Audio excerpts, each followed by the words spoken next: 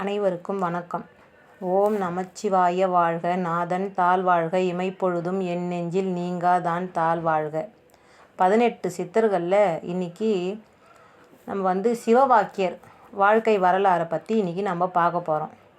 சிவவாக்கிய சித்தர் பிறக்கும் போதே சிவா அப்படின்னு பிறக்கிறார். அதனால் அவருக்கு சிவவாக்கியர் அப்படின்னு பேர் வைக்கிறாங்க. நல்லா படிக்கிறார், கல்வி ஞானம் அடைகிறார். அவருக்கு சிவன் சிந்தனையிலே இருக்கிறார். அப்போ அவர் போய் குரு கிட்ட போகிறார். எனக்கு எவ்வளோ படித்தா அந்த ஞான பசி எனக்கு அடங்கலை அப்படின்னு சொல்கிறார். அப்போ அந்த குரு என்ன சொல்கிறார், நீ காசிக்கு போப்பா, உன்னோட ஞான பசி அங்கே தான் தீரும்னு சொல்கிறார்.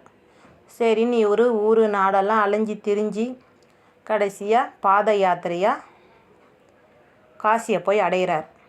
காசிக்கு போனோடனே அங்கே இருக்கிற தெருக்கள் எல்லாம் சுற்றுறார். சுற்றும் போது சில அகோரிகளை பார்க்குறார், ஞானிகளை பார்க்குறார், புத்தர்களை பார்க்குறார். இவங்களெல்லாம் பார்க்கும்போது அவரோட ஞான பசி அடங்கலை.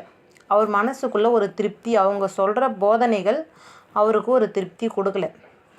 அங்கே இருக்கிற ஒரு செருப்பு தைக்கிறவரை 3 நாளாக பார்க்குறார். அவரை பார்க்கும்போது மட்டும் இவர் மனசுக்கு ஒரு திருப்தி கிடைக்குது. சரி, நம்ம இவரையே நம்ம போய் குருவாக போய் அடையணும் அப்படின்னு சொல்லிட்டு அவர்கிட்ட போகிறார். 3 நாளாக நான் உங்களை பார்க்குறேன், உங்களுக்கு எடுத்துகிட்டு வந்து கொடுக்குற சாப்பாடு நீங்கள் சாப்பிட மாட்டேன்னீங்க, மற்றவங்களுக்கு கொடுத்துட்றீங்களா, அப்போ நீங்கள் என்ன சாப்பிட்றீங்கன்னு கேட்குறாரு. அப்போ அவர் என்ன சொல்கிறாருன்னா, நான் இந்த காற்றை சுவாசித்து அதுவே நான் ஆகாரமாக நான் எடுத்துக்கிறேன் அப்படின்னு சொல்கிறார். என்னை நீங்கள் உங்களோட சீடனாக நீங்கள் என்ன ஏற்றுக்கணும்னு சொல்கிறார். சரிப்பா, ஆனாலும் நான் செய்கிற வேலையை தான் நீ செய்யணும் அப்படின்னு சொல்கிறார். சரிங்கன்னு அவர் கூட உட்காந்து செருப்பு தைக்கிறார். ஒரு நாள் இப்படியே போயிட்டுருக்கும்போது ஒரு நாள் அந்த குரு என்ன பண்ணுறார், கையில் இருந்த காசை கொடுத்து, இதை எடுத்துன்னு போய் கங்கையில் எடுத்துன்னு போய் எங்கள் தங்கச்சி தான் அவங்கக்கிட்ட எடுத்துன்னு போய் இந்த காசை கொடுத்துட்டு வாப்பான்னு சொல்கிறார். இவரை அந்த காசை பணிவுடன் வாங்குறார். பேய் சுரைக்காயை கொடுத்து இதில் இருக்கிற கசப்பு போகிற அளவுக்கு கழுவின்னு வாப்பான்னு சொல்கிறார். இந்த காசையும் இந்த பேய் சுரைக்காயும் எடுத்துன்னு காசிக்கு போகிறார். அந்த காசை ஒரு பணிவன்புடன் அந்த காசியில் போடுறார். போடும்போது ஒரு அழகிய பெண்ணோட கை அந்த காசை வாங்குது. அதோடு அந்த பேய் சுரைக்காயை கழுவி எடுத்துன்னு வரார். வந்ததுக்கப்புறம் இப்படியே இன்னும் கொஞ்ச நாள் போகுது. அவர்கிட்ட வேலை செஞ்சுன்னு இருக்கார். ஒரு நாள் நான் சொல்கிறார், ஐயா எனக்கு ஞானம் உபதேசம் பண்ணுங்கன்னு கேட்குறாரு. சொல்லும் போது அவர் என்ன சொல்கிறாரு, நான் உங்ககிட்ட கொடுத்த பணம் அந்த என் தங்கச்சிக்கிட்ட கொடுக்க சொல்லி கொடுத்தேன் இல்லையா பணம், அதை போய் வாங்கிட்டு வாப்பான்னு சொல்கிறார். அங்கே இவங்க தண்ணி குடிக்கிறதுக்கு ஒரு தோல் பை வச்சுருக்காங்க. அதில் கங்கையிலேருந்து தண்ணி எடுத்து வந்து வச்சுருக்காங்க. இந்த தண்ணியிலே வாங்கி கொடுப்பான்னு கேட்குறாரு. இவர் என்ன பண்ணுறார், பனிவன்போடு போயிட்டு கையை நீட்டுறார். நீட்டின உடனே அந்த அழகிய ஒரு பெண்ணோட கை இவர்கிட்ட அந்த காசை எடுத்துகிட்டு வந்து கொடுக்குறாங்க. அப்போது அந்த அம்மாவோட கை இவர் மேலே படுது. அந்த கையில் படும்போது இவருக்கு உடம்பு புல் அரிக்குது. அதை இந்த குரு பார்க்குறார்.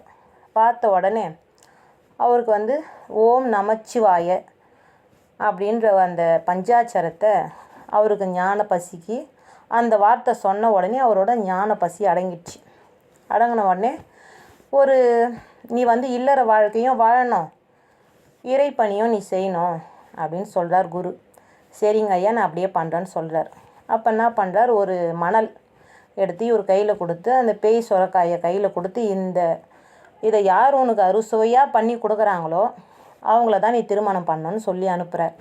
இவர் இந்த மணலையும் அந்த பேய் சுரைக்காயும் எடுத்துன்னு வரார். உயர்ந்த ஜாதி பெண்களிடம்லாம் போய் கேட்குறார், அம்மா இதை எனக்கு அறுசுவை உணவு பண்ணி கொடுங்கன்னு கேட்குறாரு. இதை பார்க்கும்போது மணலில் எப்படி சாப்பாடு செய்ய முடியும், பேய் சுரைக்காய் கசக்குமே, அதில் எப்படி என்ன பண்ண முடியும்னு சொல்லி எல்லாம் உத்தமமான ஜாதி பெண்கள்கிட்ட கூட போகிறார். எல்லாம் இவரை பார்த்து மூடவே ஏளனமாக சிரிக்கிறாங்க. இதெல்லாம் பார்த்துட்டு இவர் காடு மேடெல்லாம் அலைஞ்சி தெரிஞ்சு வரார். வரும்போது ஒரு வீட்டில் ஒரு அழகிய பெண் உட்காந்துன்னு இருக்கிறாங்க. அந்த அம்மாவை பார்க்கும்போது இவருக்கு மனசு கவர்ந்த உடனே அந்த அம்மா கிட்ட எடுத்துன்னு போய் கொடுக்குறாரு. அம்மா இதில் எனக்கு பசியாக இருக்குது, இதில் எனக்கு சாப்பாடு பண்ணி தர முடியுமான்னு கேட்குறாரு. அந்த அம்மா பணிவன்போடு இவரை வணங்கி அதை வாங்குறாங்க. வாங்கி எடுத்துன்னு போயிட்டு தண்ணியில் போட்ட உடனே அரிசியாக மாறிடுச்சு. அந்த பேய் சுரைக்காய் 5 வகையான காய்கறிகளாக மாறிச்சு. அதை இவருக்கு அறுசுவை உணவாக பண்ணி சமைச்சு போடுறாங்க. சாப்பிட்றார். சாப்பிட்டு முடிச்சுட்டு வெளியே உக்கார்றார். அந்த பெண்ணுடைய தாயும் தந்தையும் வராங்க. அவங்கக்கிட்ட உங்கள் பொண்ணை எனக்கு திருமணம் பண்ணி கொடுங்க அப்படின்னு கேட்குறாரு. கேட்ட உடனே அவங்க என்ன சொல்கிறாங்கன்னா, நாங்கள் வந்து குறவர் இனத்தை சேர்ந்தவங்க, நீங்கள் வந்து ஒரு சித்தராக இருக்கிறீங்க, எப்படிங்க அப்படின்னு கேட்கும்போது, இல்லைங்க உங்கள் பொண்ணு தான் நான் கல்யாணம் பண்ணிக்கணும்னு விதிக்கப்பட்ட விதி அப்படின்னு சொல்கிறார். சரிங்க, எங்கள் பொண்ணை நாங்கள் உங்களுக்கு திருமணம் பண்ணி வைக்கிறோம், ஆனால் நீங்கள் வந்து எங்கள் குலத்தொழிலை பண்ணின்னு எங்கள் வீட்டோடு நீங்கள் இருக்கணும்னு கேட்குறாங்க. அதுக்கும் அவர் ஒத்துக்கிறார். ஒத்துக்கின்னு திருமணமும் நடக்குது. முடிஞ்ச உடனே அவங்களோட தொழிலான மூங்கில் வெட்டிட்டு வந்து குடம், பூக்கூடை, முறம் இதெல்லாம் செய்கிறார். செஞ்சு எடுத்துன்னு போய் சந்தையில் எடுத்துன்னு போய் விற்கிறார். இந்த வேலை பண்ணின்னு இருக்கார். சிறப்பாக போயிட்டு இருக்குது. ஒரு நாள் அதே போல் போயிட்டு இருக்கும்போது ஒரு நாள் காட்டுக்கு போகிறார். மூங்கில் மரத்தை வெட்டுறார். வெட்டும் போது அந்த மூங்கில்லேருந்து அப்படியே துகள்கள், தங்க துகள்களாக கொட்டுது. இதை பார்த்த உடனே அவர் என்ன பண்ணுறார், ஆட்கொல்லி பேய்ன்னு கத்திக்கின்னு ஓடி வரார். வரும்போது எதிர்க்க 4 பேர் வராங்க. வந்து, என்னப்பா ஓடி வர, இந்த மாதிரிங்க அங்கே ஆட்கொல்லி பேய் இருக்கா, அந்த பக்கம் போகாதீங்கன்றாங்க. அந்த ஆட்கொல்லி பேயை நாங்கள் பார்த்துக்குறோம், நீ பயப்படாதப்பான்னு சொல்லிட்டு இவங்க போகிறாங்க. பார்த்தா ஃபுல்லாக தங்க துகள்கள். இதை பார்த்த உடனே அவங்க என்ன பண்ணுறாங்க, அந்த தங்க துகள்களை எல்லாத்தையும் வாரி மூட்டை கட்டுறாங்க. அப்போது பொழுது போயிடுது, சாயங்காலம் ஆகிடுது, இன்னும் இருக்குது வாடுறதுக்கு. நீங்கள் போய் ஊரில் போய் சாப்பாடு வாங்கிட்டு வாப்பா, நம்ம 4 பேரும் சாப்பிட்டுட்டு எல்லாத்தையும் மூட்டை கட்டி வச்சுன்னு காலையில் கிளம்பி போயிடலான்னு சொல்கிறாங்க. சரின்னு இவங்க 4 பேரில் 2 பேர் சாப்பாடு வாங்கிறதுக்கு வராங்க. வரும்போது ஒருத்தர் என்ன சொல்கிறாரு, இதை வந்து 4 பாகமாக பிரித்தா நம்மளுக்கு கம்மியாக வரும், அதனால் அவங்க 2 பேரை கொன்னுட்டு நம்ம இருக்கிறத நம்ம 2 பேரும் ஆளுக்கு பாதியாக எடுத்துக்கலான்னு சொல்கிறாரு. சரிங்க, அப்படியே பண்ணலாம் அப்படின்னு சொல்லிட்டு சாப்பாடு வாங்கி அதில் விஷத்தை கலந்து இவங்க 2 பேர் அங்கேயே சாப்பிட்டுட்டு அந்த விஷம் கலந்த சாப்பாட்டை இவருக்கே எடுத்துன்னு வராங்க. எடுத்துன்னு வரும்போது இவங்க என்ன சொல்கிறாங்கன்னா, ஐயா சாமி உக்காந்துனே அந்த இதில் கால் மறுத்து போச்சு, எதிர்க்க இருக்கிற கிணத்துல போய் தண்ணி எடுத்துன்னு வாங்க அப்படின்னு சொல்கிறாங்க. சரிங்கன்னு சொல்லிட்டு இவங்க சாப்பாடை வச்சுட்டு தண்ணி எடுத்துன்னு வரத்துக்கு வராங்க.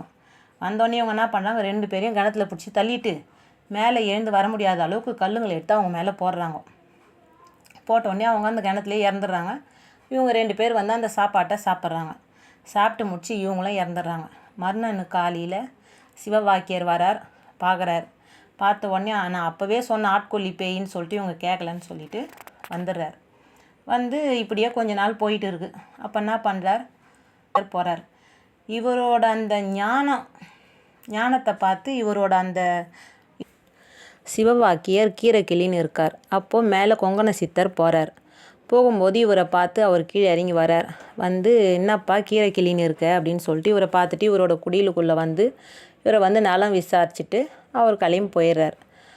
திருப்பி வரும்போது அந்த அம்மா மட்டும்தான் வீட்டில் இருக்காங்க. இவர் வந்து அந்த மூங்கில் கூடைங்களை எடுத்துமே சந்தையில் எடுத்துமே விற்கிறதுக்காக போயிருக்கார். இவங்களோட ஏழ்மை நிலையை பார்த்துட்டு வீட்டில் இரும்பு துண்டு இருந்தால் எடுத்துகிட்டு வாமா அப்படின்னு சொல்கிறார். அந்த அம்மாவும் எடுத்துகிட்டு வந்து தராங்க. அதை என்ன பண்ணுறார், தங்கமாக்கி கையில் கொடுத்துட்டு போயிடுறார். இதை சிவவாக்கியர் வந்தோடனே அந்த அம்மா எடுத்துன்னு போய் கொடுக்குறாங்க.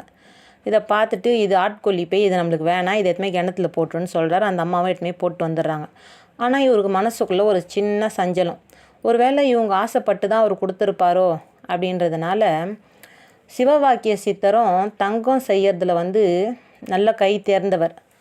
அதனால் அவர் என்ன பண்ணுறார், மூலிகை ரசத்தை தயார் பண்ணி ஒரு பாறையில் ஊற்றி மனைவியை கூப்பிட்டு, அம்மா இதை கழுவுமான்னு சொல்கிறார். அதை கழுவுனோடனே தங்கமாக மாறிடுச்சு. உனக்கு எவ்வளோ தங்கம் வேணுமோ நீ எடுத்துக்கோமா அப்படின்னு சொல்கிறார். அந்த அம்மா நான் சொல்கிறாங்க, எனக்கு நீங்கள் தாங்க வேணும், எனக்கு இந்த பொருள் மேலே எனக்கு ஆசை கிடையாது அப்படின்னு சொல்கிறாங்க. அவரோட இல்லற வாழ்க்கை சீரும் சிறப்புமாக இருக்குது. அப்போது இந்த சிவ வாக்கியங்களை அழகாக எழுதுகிறார். எழுதி முடிச்சுட்டு காடு மேடெல்லாம் அலைஞ்சி திரிஞ்சு முடித்து லாஸ்ட்டாக கும்பகோணம் வந்து அவரோட ஜீவ சமாதி கும்பகோணத்தில் இருக்குது.